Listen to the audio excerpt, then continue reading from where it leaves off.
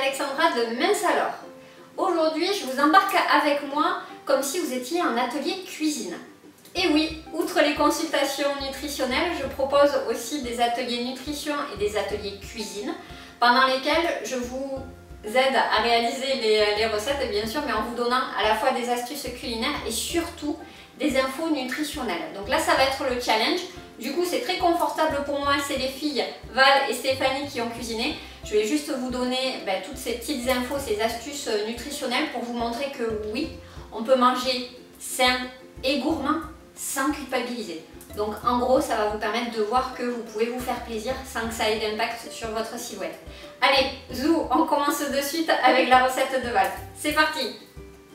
Alors, pour ce qui est de notre tarte spirale, je vous ai vu vous indigner et grimacer en voyant les 125 g de farine, les 65 g de beurre et la boîte de lait de coco. Sauf que, n'oubliez pas que cette recette est prévue pour 4 personnes.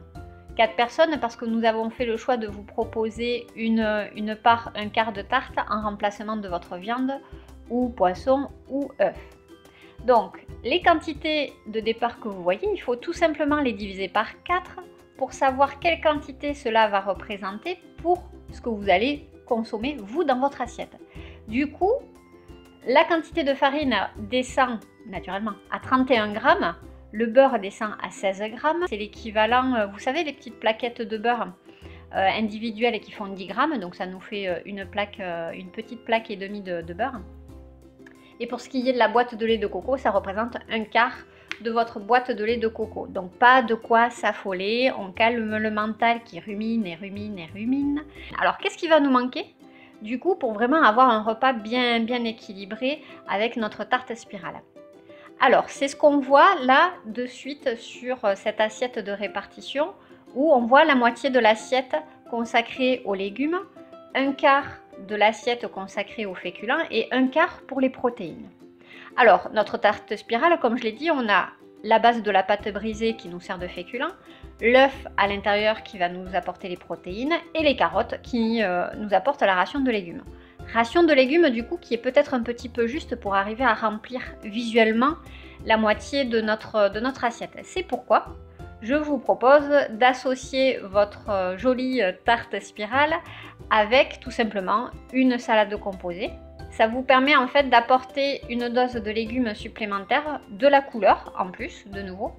Et à côté de ça, j'imagine que de nouveau, vous coincez un petit peu en vous disant « Oui, mais ma salade, il me faut bien un assaisonnement avec. » Pas de panique, vinaigrette, mais une version light. Alors, qu'est-ce qu'elle a de particulier? Parce que je sais, hein, vous êtes habitués, il suffit de rajouter de l'eau. Vous savez très bien que l'huile et l'eau ne font pas très bon ménage. Elles se fuient aux 4 coins de l'assiette. C'est pour ça que dans la recette que je vous propose, vous allez retrouver du lait demi-écrémé ou un lait végétal si vous préférez, pour justement que la part de matière grasse qu'il y a dans ces laits puisse venir s'accrocher à l'huile d'olive pour que votre vinaigrette puisse se tenir correctement.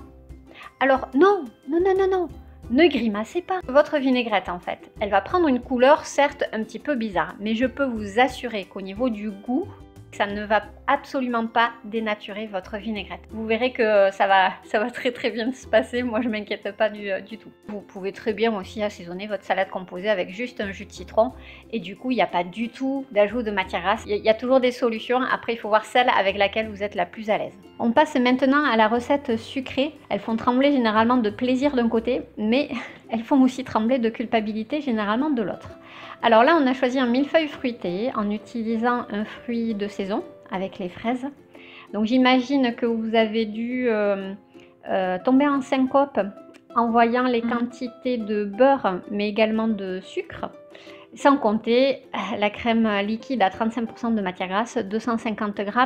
Je pense que j'ai dû perdre quelques personnes en cours de route à la lecture de la liste des ingrédients. Alors, même exercice que tout à l'heure, là on sait que cette recette sucrée est donnée pour 5 personnes. Vous reprenez les mêmes ingrédients divisés par 5.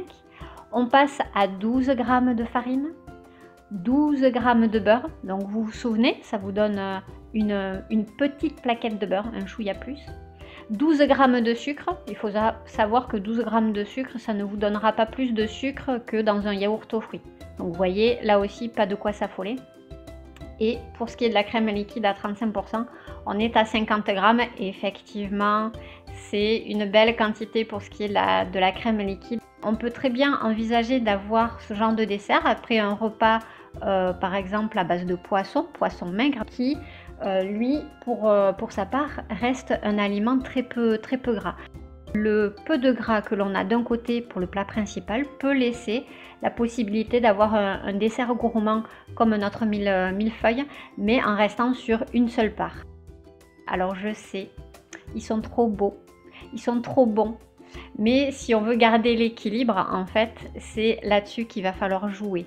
Et du coup, ça permet d'ouvrir le débat sur un autre sujet, le fait de prendre le temps de manger, prendre le temps de déguster, pour justement savoir savourer sur une seule part qui permettra en fait de garder la gourmandise sur toute la ligne sans avoir d'impact sur votre tour de taille, tout simplement.